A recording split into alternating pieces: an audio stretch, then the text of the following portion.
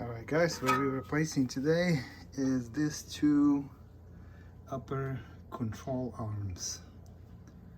The one on the front, the one on the back. This pinch bolt is not that tight.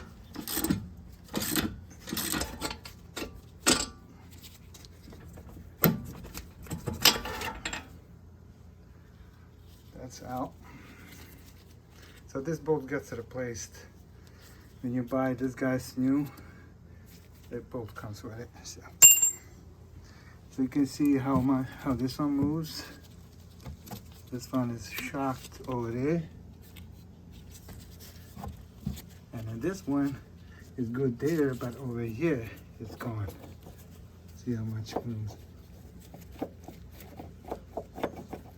It's not only there's a swivel like this, but moves straight back and forth too. So it's completely shocked. Okay, lose the nut out of that one. That's a bolt.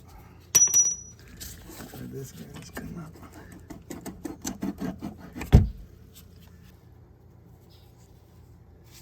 Stick this screwdriver here and pop it out with the, and then this guy also right on there.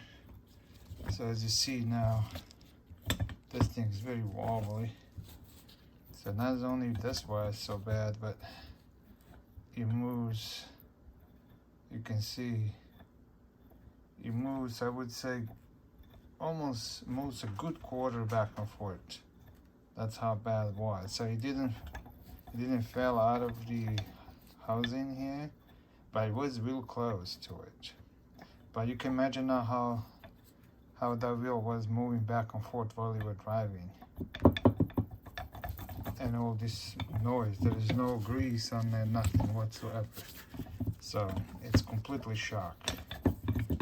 So it was a good call replacing them.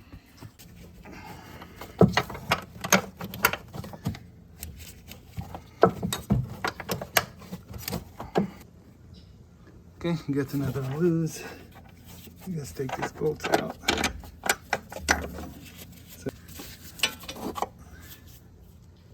So this one was completely shocked. Right over here, you can see that rubber broke. Okay, so I got the new ones back on. As you see, it moves freely. Same thing with this guy. It moves freely. So when I use it, here, then I'm gonna have to lower the car down on the ground. I'll put something under it, and so while the car sitting down on the ground, they need to be free. Then we're gonna take it and torque this bolt and this bolt and not down to the proper torque. But you can't torque it now, because if you do, then you're gonna have pressure on them. But what we'll do, we will install them here and tie them down here and all that stuff. But we're just not gonna tie these one yet until we drop the car down on the ground to preload it, and then we'll go back and tie those. Okay, so as you see, I have a control arms back on, both of them, and I have them installed here and all that stuff. But this bolt and nut, I did not tie it up yet. I did not torque it, it's loose. Same thing with this side, I did not torque it. It's sitting in there enough that the control arm can move freely up and down. So what I'm gonna do, I have to lower the car down on its own weight to preload all this suspension system up. What I'm gonna do is gonna push this control arm up horizontally freely, and then I'm gonna torque it, that bolt and that bolt, while it's sitting freely on the ground. That way when you get them all torqued properly and raise them back up, and when car sits down park, it's not gonna be loaded. They're supposed to be loaded only when you're driving and going up and down on bumps or whatever. That's when they work. But while you're sitting down freely on a parking lot or whatever, not moving, they are not pressurized. They're supposed to stay free, but they do need to be torqued here and there. Okay. Also, not to forget to mention, these bolts in the back, they have to be replaced because they stretch. They stretch after we torque them to the proper torque, then we have to turn them another 90 degree. So that means it stretches, you're not supposed to reuse it. So this one, I never stretched this one, but you can still replace it. When you buy them, it usually would come with it. On this case, on this car, I'm not gonna be replacing this pinch bolt. I'm gonna be replacing that one and that one, which I did. Brand new, we'll torque them down to the proper torque, then we'll turn another 90 degree. After we set the car down on the ground to preload all the suspension system and make this control arm to stay freely horizontally, that's when we're gonna torque them in place. All right, so here is, I was gonna explain you guys. See now how I have wood block under it. If you can see by rest on that.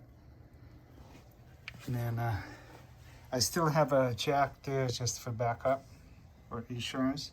But make sure when you're dropping a car down, this little 4x4, it tends to tilt that way as you're dropping the car. Kind of as you're going straight it up as you go, make sure it doesn't drop on you.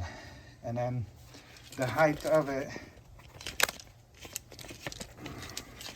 when you do drop, when you do lower them, the height to the center of this bolt, as you see, it's about 12 inches. I measure the other wheel on the left side. It's also 12 inches to this axle bolt.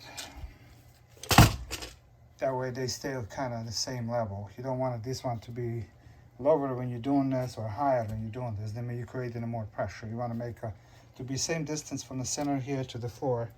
Make the same distance the other one as well, kind of matching with the ones on that side. So now, if you're looking up there, you see, if you remember earlier, I was saying they're gonna straight up themselves horizontally, but they are loose, both of them. So now, while they're here, I'm gonna torque them. I'm gonna torque them at torque spec where they need to be. Then I'm gonna raise the jack back up and remove all those things and complete the job. All right, guys, so that's done. Look at it, they're nice and shiny. So this is torque and proper torque. Same thing with those two. So just make sure in your car, search for it. Make sure to find the correct specs for these pinch bolts and those two bolts over there. Follow the torque spec. It's actually very important. So, and hopefully they're gonna last at least 100,000 miles. If they last 120, I'm gonna buy myself a beer. But other than that, I'm gonna put this wheel back on and drop the car down and torque the wheels out. So I believe they're a little over 90, right around 90 somewhere. But it's good to check. Make sure to check for your car.